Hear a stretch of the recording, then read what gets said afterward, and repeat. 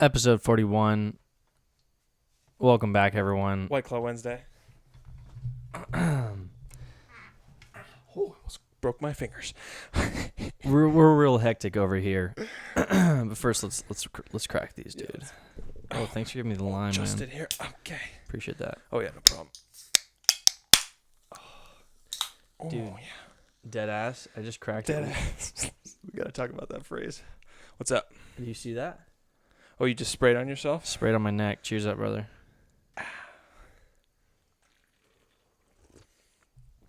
Ooh, nice and refreshing today. All right, so if anyone's listening to this on Wednesday night, sorry for the late upload. Yeah, true. Frank and I's schedules just did not. They didn't mix this week. Yeah. And so we're basically doing this at like 9 p.m. on a Wednesday. Mm-hmm. So yeah, it's gonna be like It'll be late, a late upload. but it'll be before Thursday, so it still counts. Yeah, it still counts exactly. So first thing I want to talk about Go ahead. is how funny it was that Scott, our good friend, sent a message in our group chat saying, Oh, yeah. let's go on a bike ride in the morning. Yeah. I mean, to be fair, you didn't even reply to it, so. Hey, well, did I suggest it? True. Did I bring it up? Did I ever act like I was going to do it? So, yeah, finish the story. So Scott suggested. Yeah, he suggests this on, I think it was like a Monday night. Mm-hmm. And then Tuesday morning comes around, and he doesn't. He doesn't go. He doesn't go. Yeah. He sends a text saying, "Oh, I'm sore," or he says something like that. He said something before it where it was gibberish. I don't even remember. It was like at too sore. Yeah. Like you could tell he just rolled out of bed and was like, and he was so tired. He was so tired that even the autocorrect couldn't save him. Yeah. So it just came out as it just read it as gibberish, and I read that and I was like, oh, he's not. Oh, he's not making it. He's not making it. Because Scott was originally, we were going to go on a bike ride in the morning, and Scott was originally supposed to bike to my place, and then we bike to Sam's, right? And then Scott get dropped off first because the loop we do loops back to his house, my house, Sam's house, right? Or our house. And, no show. And, it's quite funny that he suggested it, and classic Sleepy Scott going on right now. Yeah. He really fits that nickname. I think better than Joe Biden, personally. Yeah, just because, and not only that, but also because you got the double S, Sleepy Scott. It just rolls off better. It fits so much better. You know? And it is more accurate. This is true. Just because he's younger, he doesn't have an excuse. Exactly. People will write off Joe like, it's just his age. It's his age, yeah. Yeah, Scott's out here making plans and then God, I hope he listens to this. Making plans and then sleeping through them. Isn't it great when you're talking shit about someone and they can't rebuttal it? Yeah, true. That's kind of what this allows for in a way. Exactly. Talk shit on whoever. I mean, we don't really talk shit on people except for the closest, The crew. The crew, yeah. Absolutely, man. The ones we can, So, me and Frank, okay? Frank eats dinner at like 5, all right? Like a weirdo. No, I'm kidding. That's probably normal. Well, it's not 5. It's not 5. I will say it's not 5. Sometimes it's 5. It's like 6:30. Oh, okay. It can be late 5s. It's never 5. It's not like, boom, 5 o'clock dinner time. I always think like it's 5 o'clock because like we've recorded at like 5 before. Yeah, we have. If I had to say one general number to say that's when dinner time is around here, it's 6. I feel like that's normal actually. And it is normal. Anyways, 7 is also pretty normal. As soon as you hit 8 and 9, whoa. And you know what are we in a frat house right now? You know what's crazy about that? Yeah. That is like prime time for the Finazzo family. That's what is like 8:15, 8:30 is like prime time dinner time right there. Is it? It's very interesting to me. Isn't it crazy how people like grow up differently and everybody has their different schedule.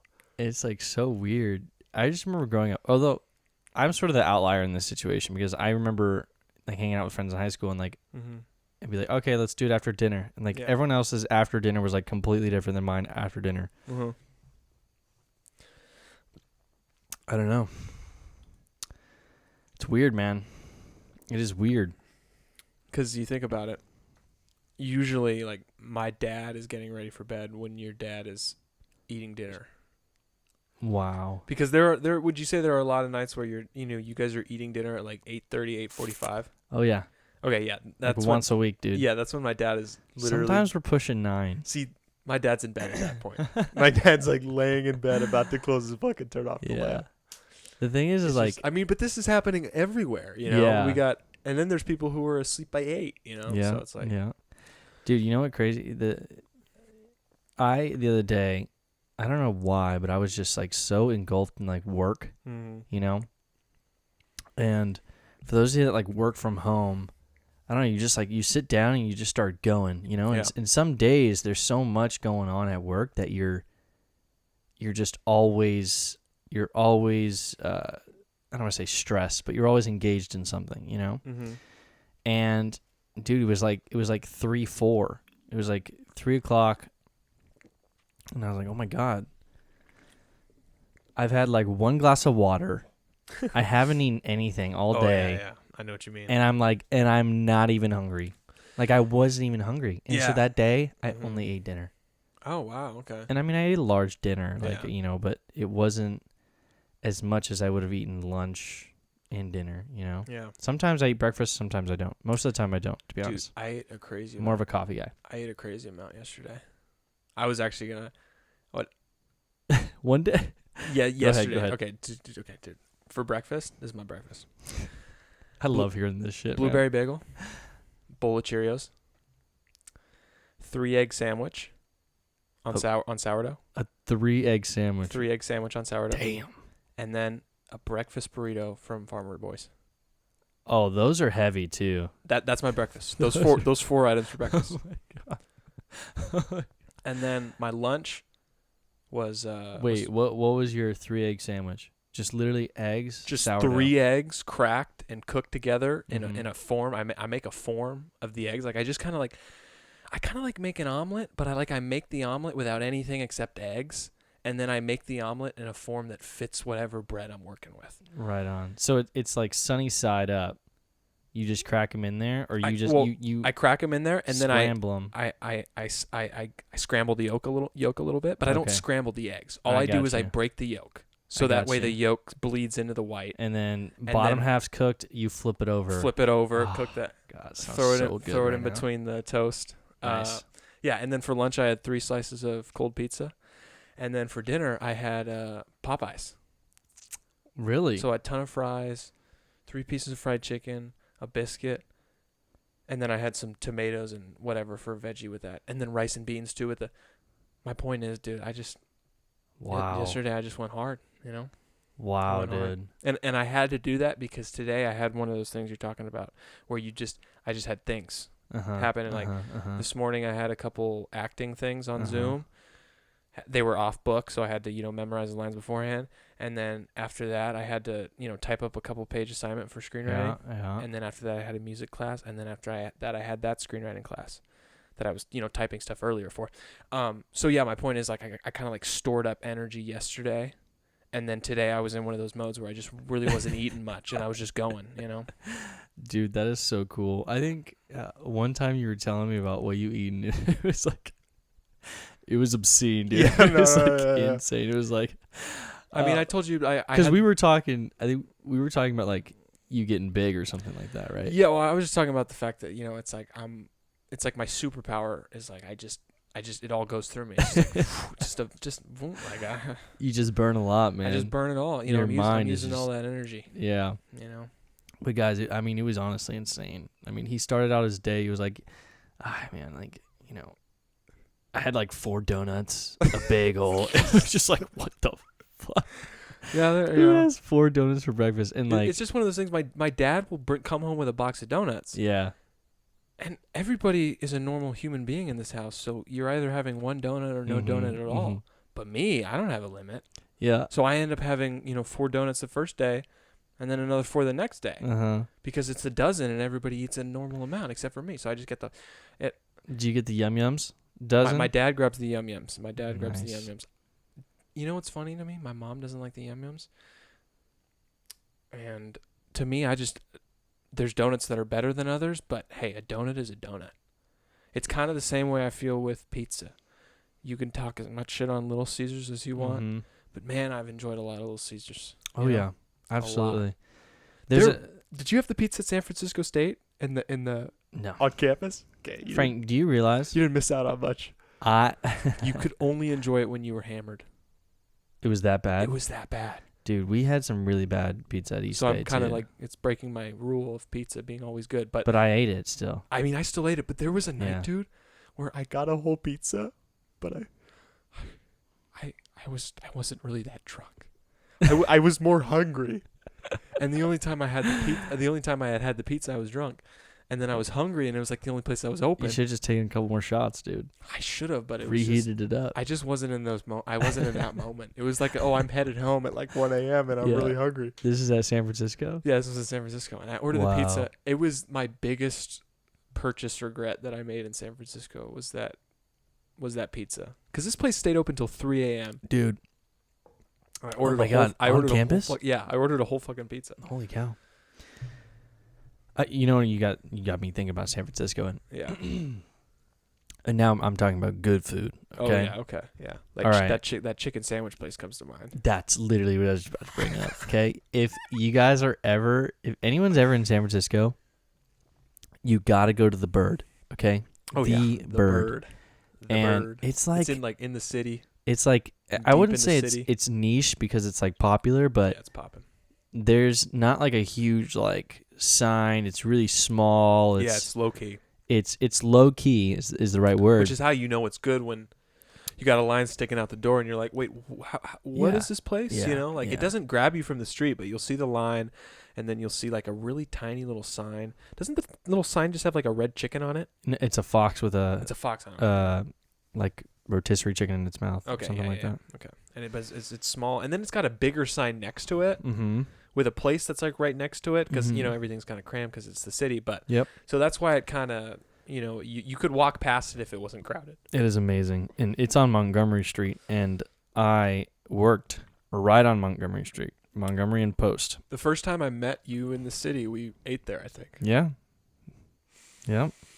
Good times, I dude. could close my eyes and go back. Good times. I remember I told you, I was like, oh, just like get off on Montgomery. Yeah. You're like, I did. And I was like, I'm like right here, and like it's a subway, so like there's a lot of exits. Yeah, I got off on the wrong exit. And basically. and I remember I was just like, all right, just like stay where you are, and we walked to it, and then we went back, and oh my god, dude. And you know what? I still have a freaking gift card for that place because I loved it so much. I would tell my family about it, and my aunt from Washington D.C., my aunt Corrine, shout out. Nice. She got me a gift card there, and then the pandemic happened. I think what did she even give it for me for? I can't even remember. So you still have that gift card? I still have that gift card. Yes. Nice. One day I'll visit, and one day I will use it. Yeah. And then they'll be like, our gift cards actually expire because we're not a corporate chain. And you'll be like, well, you got damn good chicken. Yeah. I wouldn't even be mad, I'd be like, all right, give me a sandwich. I support you, Yeah. No, they're actually like really good, guys. So you gotta go get it. And we suggest if you like spicy food, get the sandwich spicy. Even if you don't get it spicy, but and just deal with it. Okay, one of our favorites. I think we only did this like twice though. One of our favorites to do was get the Bird. And go to Dolores Park. Yeah. Oh man, dude. Yeah. I don't think you guys understand the euphoria that we were going through at that time. Dude, you know what I realized a few days ago is like the reason why like we do this, like we enjoy doing this, is because it, in a way, it keeps that same. Get a little bit of we get that little bit of that feeling that we had in Dolores. Yeah. Because, man, and what a place to visit, I know. It was just so beautiful, like the vibe. And it's impossible to describe the vibe at Dolores Park. It's really impossible, but it really is like if there was a respected. Okay. No, you finish yours and then a respected like no rules place, but like everyone is respectful. everyone is just open-minded and enjoys their time, but there's like no rules.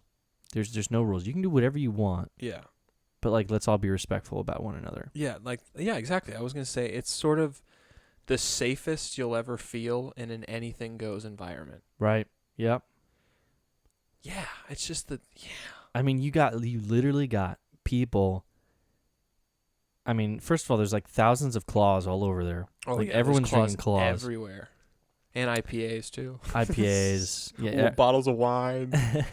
Freaking joints and blunts. I mean bongs, dogs, cats. People walk around and be like, "Oh, you want some shrooms?" Like they'll people are selling shrooms. you stuff. A guy sells truffles with weed. Oh my god, the weed truffle guy. And he's got like a whole outfit and like these there's golden heater things that he carries around, and it's like it's such a niche niche area. Like there's literally like vendors that aren't certified. No, they're just there. But they're like respected, like, oh, it's the weed truffle guy. Yeah. And you can like, and it's not sketch. No. Like you see people buying from the truffles. Yeah. And you would think like, oh, well, that's like scary, but like, no, it's not there. It's not. It's not there. Exactly. It's a safe space. Very strange.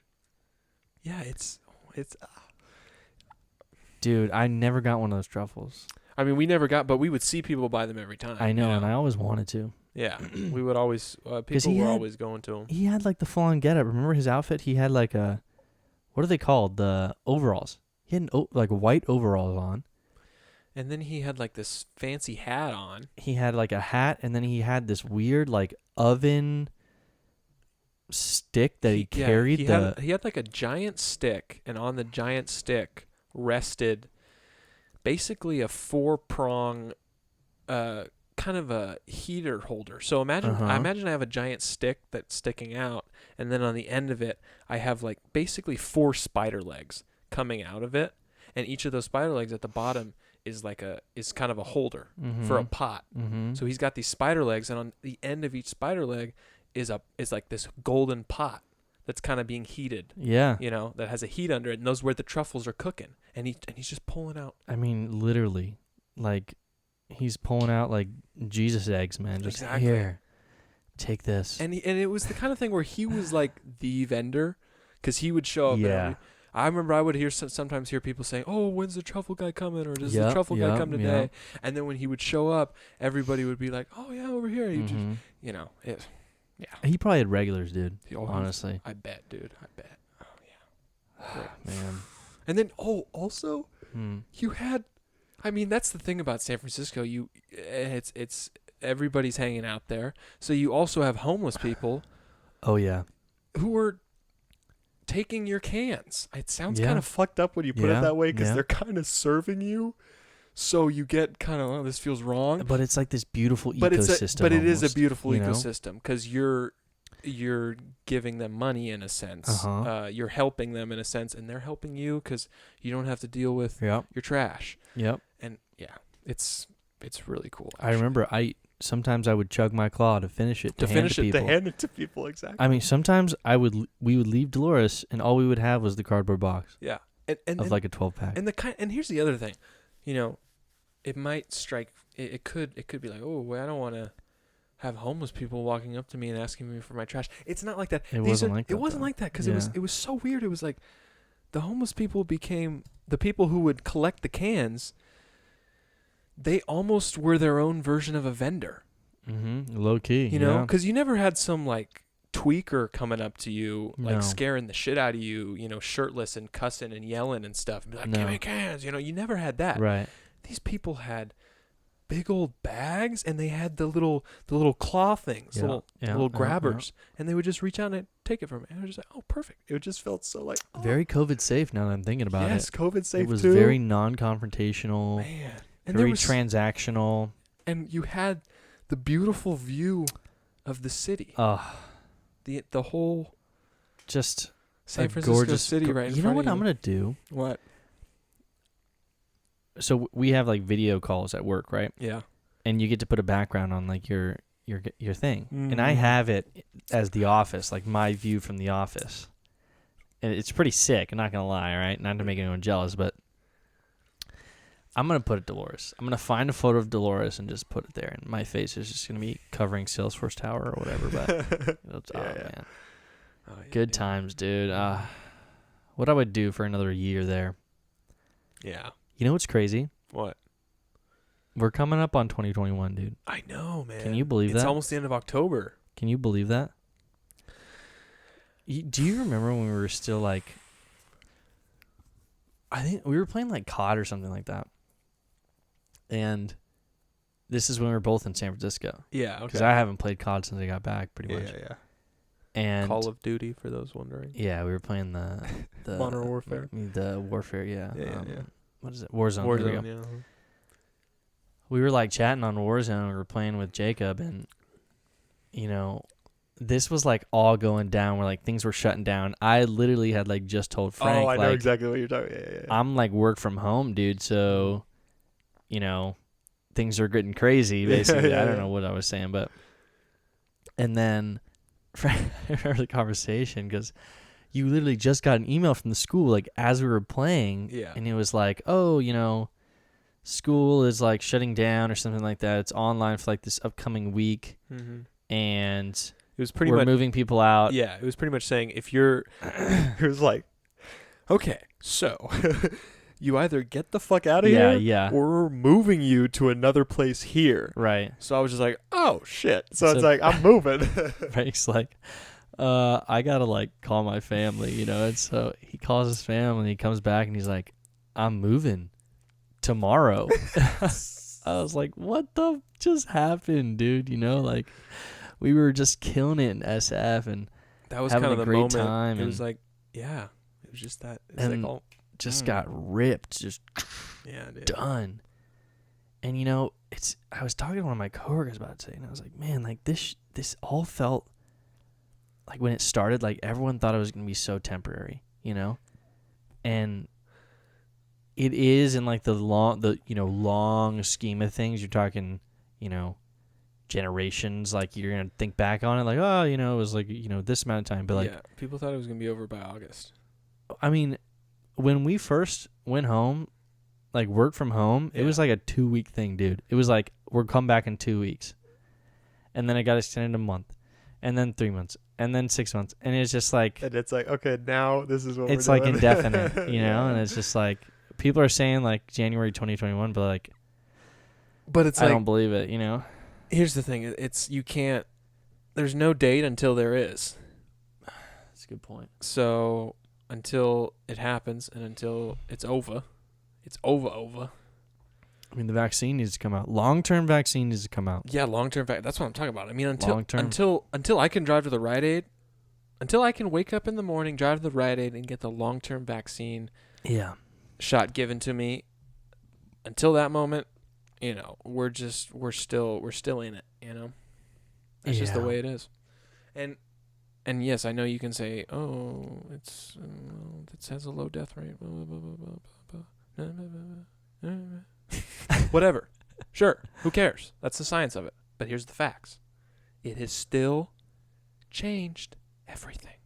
It's larking right now, dude. So, yeah.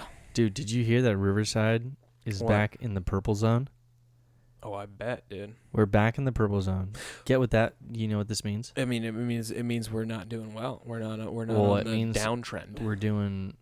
We're on an uptrend in terms of cases. Yeah. And so get this, dude. I don't know if you heard about this. What?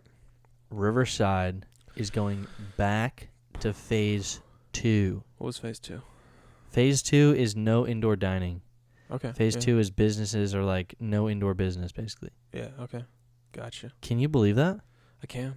I mean, I can too, but like it's crazy, you know? Like these phases were supposed to like phase into like reopening, and now it's like, boop, we're back to like phase 2.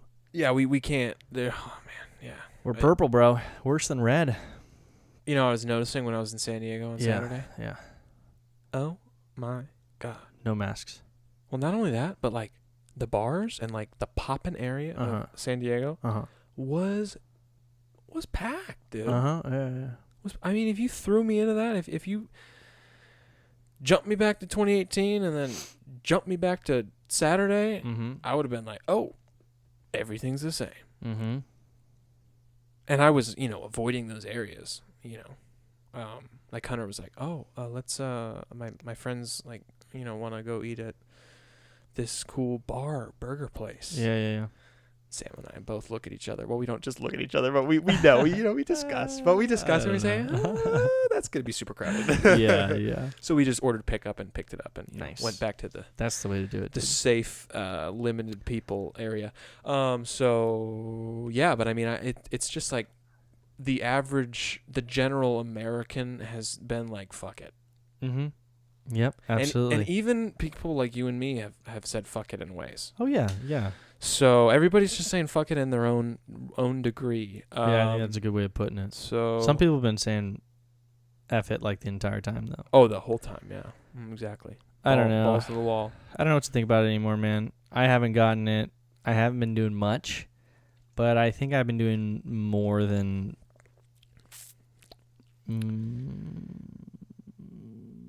I've been doing more than the below average person. So I'm probably below average. Does that make sense? Yeah, because there's the bare minimum of the person who, when this started, has literally not left their house the entire time. That is like my grandma and grandpa right now. Because there are my mom's side. Yeah, there are people that are working that, which makes sense because everybody's in their different situation and different mindset. Yeah. But so you're definitely above that. For sure, because for me it's like I can like name on one hand events I've done that could be considered risky since this all started. Absolutely, and it's only one hand. So it's like I told you I'm going to Seattle. So exactly, like, I'm getting on an airplane. Which is like a no. Which is a no. But like if I'm doing it, less people maybe. I mean, there'll be less people for sure, but yeah. Everyone's just doing their own thing at this point. I don't know what to think about it. I think everyone does their own thing until it just blows over. Mm-hmm. Or not blows over, but until the vaccine comes out, because this isn't blowing over. But yeah, exactly. I mean... Did you get your flu shot? I haven't, but I'm trying to get it before I go. I think I'm going to go tomorrow. Yeah, I'd do that if I were you. Feels good, dude. I hate the flu shot, man. No, I'm just kidding. I don't really like it. Here's the thing. I like it. It feels good to be amped up. It's hard to describe. There's something I like and don't like about feeling a needle enter my arm and inject something. On like a cinematic level, yeah. Oh, it feels great. On a personal level, it hurts. I mean, it doesn't hurt, but it's like it feels like you're getting a shot. It feels like a needle's going inside you. Like, Frank, what do you mean by cinematic? Oh, what I mean by that is just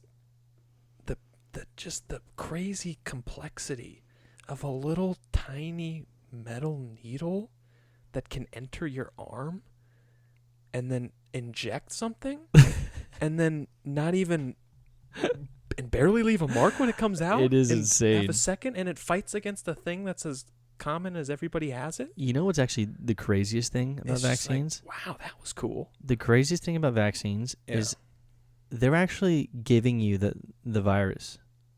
What you're fighting. Even cooler. End of World War Z, baby. That's what I'm saying. Exactly. Yeah. I mean, yeah, you'd think at World War Z they would have figured that shit out by now, but... It's like, I love and hate that movie. I love that movie because it's like the only one where the zombies are actually like crazy fast and like killer. That's one of the parts I love about it is how fast they move. Mm-hmm. I don't think I hate anything about it. I still haven't made up on my mind about how I feel about, spoiler, how I feel about that doctor who's supposed to be like the guy who is the smart one. Oh, I know what I'm doing. And I can't remember it that well. Remember he dies when they're getting off the plane? Like he's just introduced and they're landing in like the outbreak zone. Mm-hmm. They land in the plane. Just after his family's already secure? Yeah, after that. Okay. And the plane lands, hangar comes down, and like once the hangar comes down, they're leaving the plane, and they hear zombies like freaking out, and the doctor freaks out, and he like runs back on the plane, but he's like running up the ramp of the open plane, and he trips, and he has a gun in his hand, and he trips, and he falls, and he shoots himself in the head. Yes. It was idiot. It was like the moment of the movie I was like, wow, that is like aggressively stupid. Like, are you slapping me in the face with comedy? What are you doing right now, movie? Why are you introducing a character who's supposed to be what in the world? It's literally, I mean, it had to have been a practical joke. They're like, oh, what would be funny?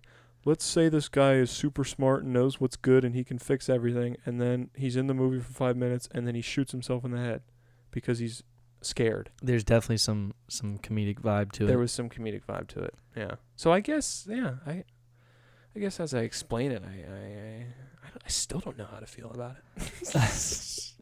I still don't. But I do love the fact that Brad Pitt. You know why they probably did it? Injects the venom. Because they have people like you and me talking about it. Yeah, that's why. That's true. Like, how can we get people to talk about this in like 3 or 4 years? That movie apparently had a lot of rewrites on it. Oh, really? So I don't know. Like studio saying, I don't like this. Let's fix this. That whole And the book is nothing like the movie. I didn't even know it was based off. It's based on a book, but dude, get this: the book is like totally opposite. It's completely opposite in the sense where it's a bunch of like individual stories. You know, it's not just like following Brad Pitt's Terry character and his struggles with his family. It's like you hop from Jim and Joe to Catherine and Carrie, and like that's kind of cool. Yeah, and it's like that's the I story. like that, like you're seeing all these different experiences through the apocalypse.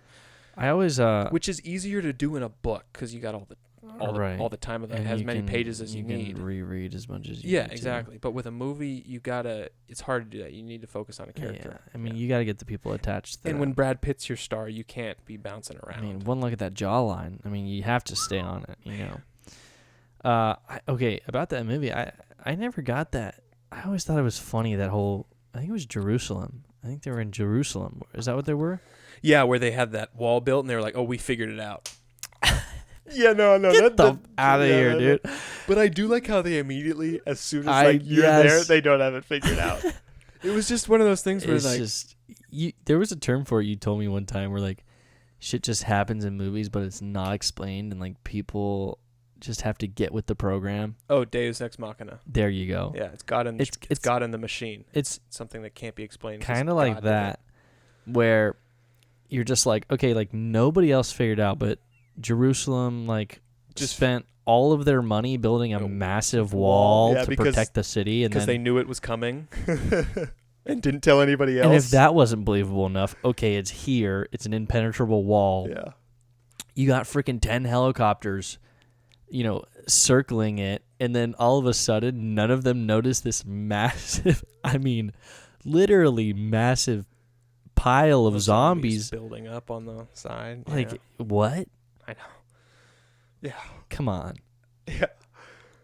And also, like, you're just sitting there like, all right, I think I know what I'm getting into now. And also, who exactly? And you know what's also funny about that? You make a great point, Ryan. Because, like, sure, we jump to that point there. So it's a movie. So this is just happening. All right, whatever. There's a safe house. Just deal with it. Okay, this is going on. They're just now noticing it as the zombie is climbing over the wall.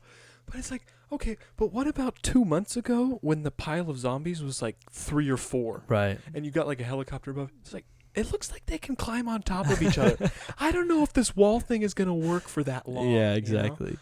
But yeah, you're right. That's exactly what that idea is. Or there's just like an acceptable pile that was collecting, you know? Mm-hmm. You've got all these freaking military, you know, birds up in the air. Yeah.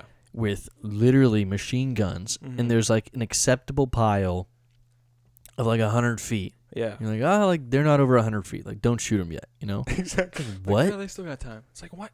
Yeah, exactly. And that you know what that speaks to is the fact that the question of could our army and could just the armed forces of the world, could we handle a zombie apocalypse? Could we stop it? Depends how like deadly the virus is, you know?